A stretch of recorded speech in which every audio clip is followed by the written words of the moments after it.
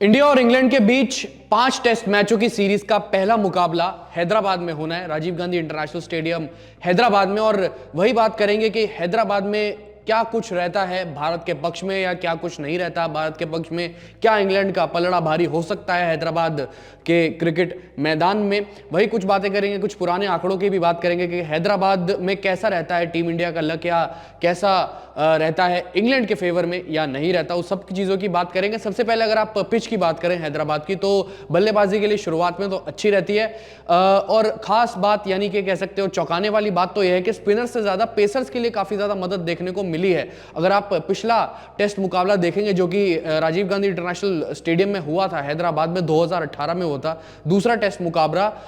भारत और West Indies के बीच में, जहां पर उमेश यादव ने सबसे ज्यादा विकेटें चटकाई थी, 10 विकेटें चटकाई थी पूरे टेस्ट मुकाबले में। यानी कि अगर आप देखें तो शुरुआती पक्ष में पेसर्स के लिए ज्यादा जो है विकेट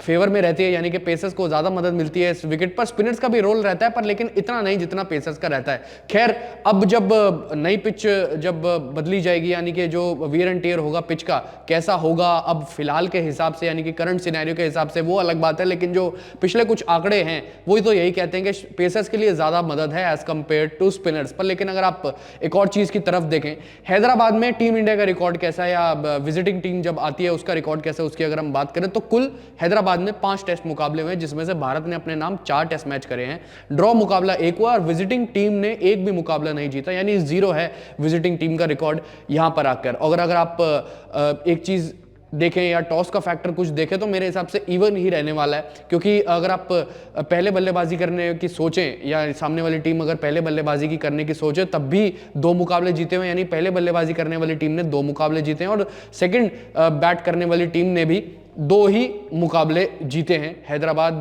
के क्रिकेट स्टेडियम में। अगर आप मोस्ट रन्स की बात करें हैदराबाद के क्रिकेट स्टेडियम में किसके हैं तो चेतेश्वर पुजारा के हैं, पर अनफॉर्चुनेटली चेतेश्वर पुजारा है नहीं इस टीम में। और